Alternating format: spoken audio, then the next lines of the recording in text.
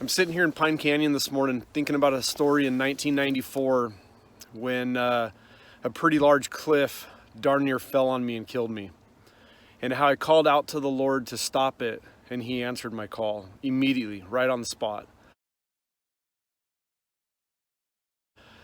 So what happened is I was working for a construction company that was blowing rock off of a hillside, and my job was to get in a crane, wash all the loose rock off with water. And as I'm washing it off, I start seeing this crack form. And it goes from 1 inch, 2 inches, 3 inches, 4 inches, 6 inches, 8 inches, a foot, foot and a half, darn near 2 feet. And I just cry out, God, stop it. And literally it stops. I get down the crane crew gets the crane moved out of the way, and the entire thing comes down. There was a crack across the entire hillside, and it wasn't just a couple rocks that came down. It was 100 to 150 dump truck loads of rock that blocked the highway for a couple hours. And I'm sitting on this guardrail just reflecting, like, what in the world just happened? I watched a crack in gravity taking a hillside away from the mountain, and it stops for probably a good 2 or 3 minutes. And immediately when I got out of the way, the whole thing came down.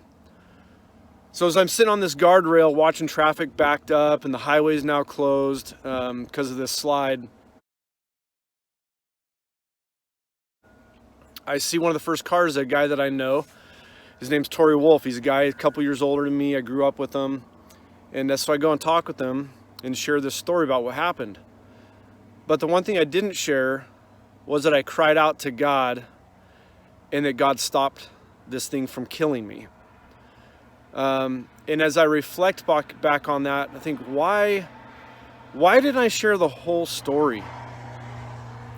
And honestly, I think for me, one of the reasons is the world, at least again for me, the world tells me you can't talk about God.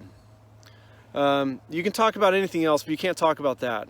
But the reality is, God does so many things behind the scenes in our lives, and we sit and pretend that He's not here, that He's not real. But the reality is, He is more real than we want to give Him credit. I've read the Bible a lot in my life, and I've kept my mouth shut a lot of my life. But I look back on it, and I think even in that moment, like if you didn't watch the previous video of Gianna's dove, God gave me an amazing story to where I should have all the confidence in the world that He's existent, His existence, that He's alive, that He cares for me. Yet a month later, I still don't share with Tori what happened. And Tori, I just want to tell you, man, I should have planted a seed in your life right in that moment, and I didn't. And I own that. That's my responsibility. And so I want to tell you I'm sorry for if that story could have helped you maybe in your journey. But I also sit back and think about what's our role as the church. I love the Bible, but the Bible's not the end of the story. The Lord is working behind the scenes in all of our lives, showing us how much He loves us and doing these amazing things that a lot of times we frankly don't give Him credit for. We don't look out for them.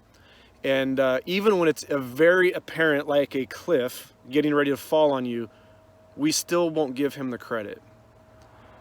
In church, I'm just challenging you like the Lord is challenging me. It's time to rise up and share the stories that He is doing today. He is still writing His word.